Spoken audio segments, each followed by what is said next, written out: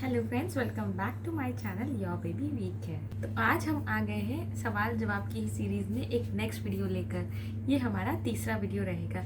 इसके पहले हम ऑलरेडी 2 वीडियोस अपलोड कर चुके हैं जिसमें हमने कुछ क्वेश्चंस डिस्कस किए हैं।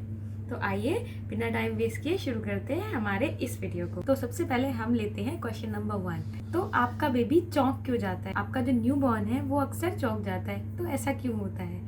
तो कई पेरेंट्स हमसे ये क्वेश्चन पूछते हैं और इसका आंसर बहुत ही सिंपल है, क्योंकि जो बेबीज़ होते हैं बर्थ के पहले अपनी मॉम के वोम में होते हैं तो वो बहुत ही ज़्यादा क्लोजली टाइट होते हैं। ऐसे एकदम आपने पिक्चर्स देखी होंगी, वो ऐसे करके रहते हैं। फिर जब वो बाहर निकल आते हैं तो उनको पूरा फ्रीडम मिल जाती है, तो उनका हाथ पैर जो भी है इधर उधर फ्री हो जाता है, तो उनको उस चीज़ की आदत नहीं होती है। तो इसीलिए जब आपका बेबी बॉर्न होता है तब से लेकर 2 महीने तक आपको ये सजेस्ट किया जाता है कि आप अपने बेबी को बेबी रैपिंग या बेबी को स्वाडल करके रखें, तो उससे आपको ये प्रॉब्लम नहीं देखने को मिलेगी। तो लगभग 2 महीने तक आप अपने बेबी को स्वाडल जरूर करें। इस एक्शन को बेबी का मोरो रिफ्लेक्स कहा जाता है, जो कि बेबी में नेचुरल होता है। तो जैसे ही बेबी को थोड़ा सा भी आप लूज छोड़ देते हैं तो वो ऑटोमेटिकली अपने हाथ पैर चलाने लग जाते हैं, या फिर बहुत ही तेज से कोई साउंड या फिर कोई ब्राइट लाइट दिखाई देती है तो वो अचानक से चौंक जाते हैं और जॉल्ट टाइप का या एक झटका टाइप का देते हैं। तो उसमें आपको घबराने की जरूरत नहीं है, ये बहुत ही नॉर्मल है और ये सारे ही बच्चों को देखने को मिलता है। और इसे आप मोरो रिफ्लेक्स बोलते हैं, जिसको हटाने के लिए आपको अपने बेबी को लगभग 2 महीने की एज तक स्वाडल करके या बेबी को रैप करके यानी एक कपड़े की मदद से अच्छे से पैक करके रखना होता है। और उसके बाद आपके बेबी को ये मोरो रिफ्लेक्स की प्रॉब्लम नहीं होगी और धीरे धीरे आपका बेबी जो है नॉर्मल लाइफ में एडजस्ट हो जाता है। दूसरा question related to C section. तो जब आपकी डिलीवरी होती है उसके बाद अक्सर लोगों को ये टेंशन होती है कि आखिर पीरियड्स कब तक आएंगे। इसका बहुत ही सिंपल आंसर है। तो जब आपकी डिलीवरी होती है उसके बाद आपको लगातार ब्लीडिंग होती है लगभग 40 से 45 दिन की, तो वो जो ब्लीडिंग होती है वो एक यूट्रस की डिस्चार्ज ब्लीडिंग होती है। 9 मंथ्स तक आपको पीरियड्स नहीं आते हैं, तो उस टाइम पे जो भी ब्लड आपकी बॉडी में कलेक्टेड रहता है यूट्रस के अंदर, वो प्लस म्यूकस और साथ ही साथ कुछ ऐसे यूजलेस टिश्यूज जिन्हें डिस्पोज होना बहुत ज़रूरी होता है, तो वो डिस्पोज हो जाते हैं ड्यूरिंग 40 डेज जहाँ पर आपको लगातार ब्लीडिंग होती है। लेकिन ये आपके पीरियड्स नहीं है, इसके कुछ टाइम बाद आपको पीरियड्स आ सकते हैं। लगभग 45 डेज के आसपास हो सकता है आपको वो पीरियड शुरू हो जाए। कई बार होता है कि आपकी ब्लीडिंग खत्म हुई और 4-5 दिन के बाद ही आपको ब्लीडिंग वापस स्टार्ट हो जाती है, तो ये आपके पीरियड्स ही हैं। लेकिन कई बार ऐसा भी होता है कि आपको 1 साल या 2 साल तक भी पीरियड्स नहीं आते हैं। तो 2 साल तक अगर आपको पीरियड्स नहीं आते हैं तो वो नॉर्मल है, लेकिन अगर 2 साल के बाद भी आपको पीरियड्स नहीं आते हैं तो आपको डॉक्टर को कंसल्ट करना है।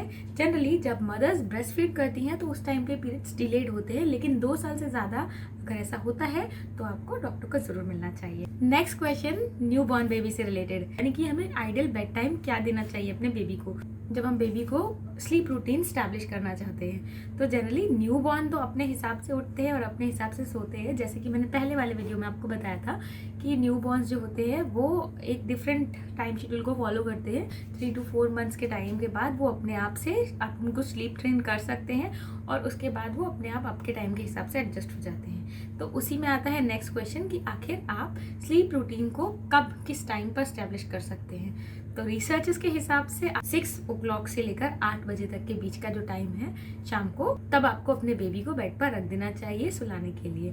तो ऐसा करने के लिए आप बेबी को सिंपल कुछ स्लीप रूटीन स्टैब्लिश कर सकते हैं, जैसे आप उसको धीरे धीरे मसाज कर सकते हैं।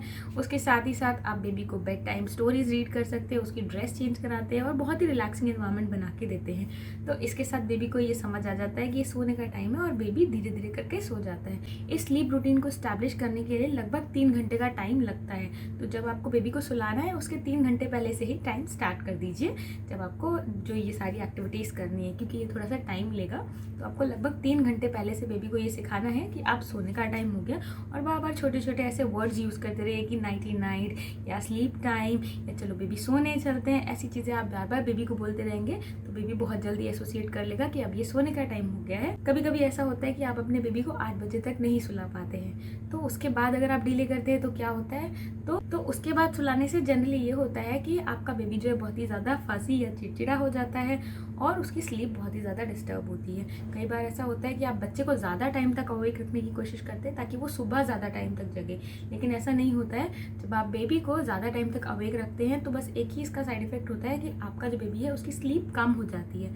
ऐसा नहीं होगा कि वो सुबह जल्दी नहीं उठेगा, वो देर तक सोएगा, ऐसा नहीं होता है। बेबी अपने टाइम पे ही उठेगा, तो आपको बेबी को टाइम पे यानी 6 से 8 बजे तक बेड पे डालने की कोशिश करनी चाहिए। क्वेश्चन नंबर 4, मदर्स जब बेबी को ब्रेस्ट फीड छोड़कर नए नए सॉलिड स्टार्ट करती हैं तब उनको अक्सर कंफ्यूजन होता है कि कहीं उनके बेबी को किसी चीज़ से एलर्जी तो नहीं है। तो अगर एलर्जी है तो वो हमें कैसे पता चलेगा?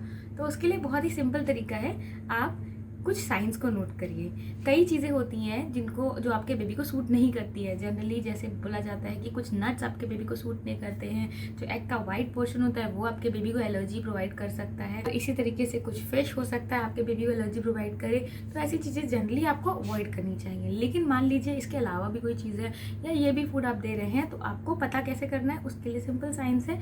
तो आपने कोई नया फूड आइटम बेबी के लिए स्टार्ट किया है और उस समय आपके बेबी को वॉमिटिंग या डायरिया या फिर उसके लिप्स बहुत ज़्यादा स्वोलन हो रहे हैं, यानी कि फूल जा रहे हैं, तो ये साइंस ऑफ एलर्जी है। तो आपको ये पता चल जाना चाहिए कि आपके बेबी को इस पर्टिकुलर चीज़ से एलर्जी है। इसीलिए सजेस्ट किया जाता है कि आप जब भी कोई नई चीज़ इंट्रोड्यूस करें तो धीरे धीरे इंट्रोड्यूस करें और एक बार में एक ही नई चीज़ इंट्रोड्यूस करें, ताकि आप क्लियरली डिस्टिंग्विश कर सकें किस चीज़ से आपके बेबी को एलर्जी है और किस चीज़ से आपके बेबी को एलर्जी नहीं है। इसीलिए आपको शुरुआत में धीरे धीरे अलग अलग चीज़ें एक एक टाइम पर इंट्रोड्यूस करने के लिए बोला जाता है। और जैसे ही आपको पता चलता है कि आपके बेबी को इनमें से कोई भी साइन दिखाई दे रहे हैं, तुरंत आप अपने डॉक्टर को कॉन्टैक्ट करें और वो आपको गाइड कर सकते हैं कि इस एलर्जी के लिए आप क्या कर सकते हैं, और उसके बाद आपको प्रॉपर मेडिसिन भी देंगे।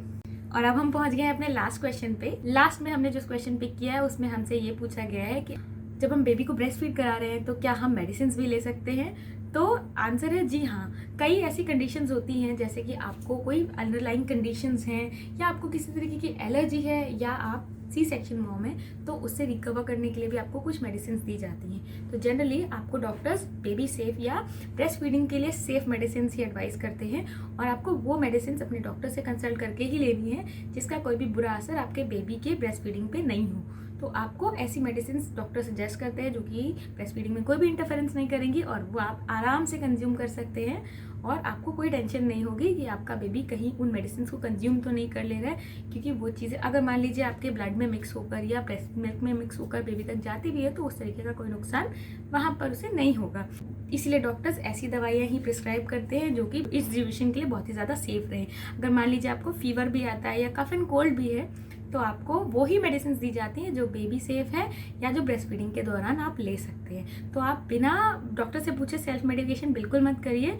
कोशिश करिए कि अगर घरेलू नुस्खों से आप ठीक हो सकते हैं तो बहुत अच्छी बात है, और अगर नहीं तो आपको over the counter medicine try नहीं करनी है।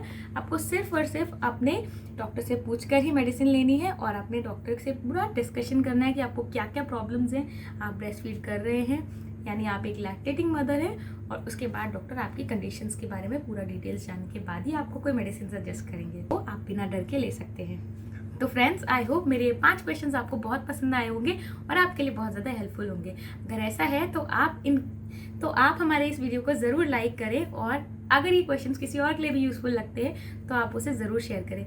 हमारी इसी सीरीज़ में ऑलरेडी 2 वीडियोस अवेलेबल हैं, तो आप उन्हें भी ज़रूर चेकआउट करें। इसके साथ ही साथ हमारे चैनल पर कोरोना पैंडेमिक से फाइट करने के लिए एक बहुत ही अच्छी सीरीज़ चल रही है, जिसमें हमने ये बताया है कि आखिर एक प्रेग्नेंट वुमेन को कौन सी बातों का ध्यान रखना चाहिए। उस पर नेक्स्ट वीडियो बस 2 दिन में ही नया लॉन्च हो जाएगा, तो आप उसे भी ज़रूर चेकआउट करें। और साथ ही साथ हमारे चैनल पर बहुत सारे वीडियोज़ अवेलेबल हैं related to pregnancy, baby care, parenting and newborn care, तो आप उन्हें ज़रूर चेकआउट करें। वो सारे ही वीडियोज़ आपके लिए बहुत ज़्यादा हेल्पफुल होंगे। इसके साथ ही साथ आप हमें फेसबुक, पिंटरेस्ट, इंस्टाग्राम और ट्विटर पे भी ज़रूर फाइंड आउट करें, और वहाँ भी हमें ज़रूर फॉलो करें। उनके लिंक्स आपको डिस्क्रिप्शन बॉक्स में मिल जाएंगे। तो अब मैं मिलूंगी आपको अपने नेक्स्ट वीडियो में। तब तक आप हमारे चैनल पे अवेलेबल बाकी सारे वीडियोस को जरूर चेकआउट करें और हमारे चैनल को सब्सक्राइब करें, और साथ ही साथ दूसरों के साथ भी ज़रूर चैनल के बारे में और इन वीडियोस के बारे में डिस्कस करें और इन्हें शेयर करें। तो इससे जल्दी से जल्दी और ज़्यादा से ज़्यादा लोगों को हम इस कम्युनिटी में इन्वॉल्व कर सकते हैं, और हमारा चैनल और जल्दी ग्रो कर सकता है, और साथ ही साथ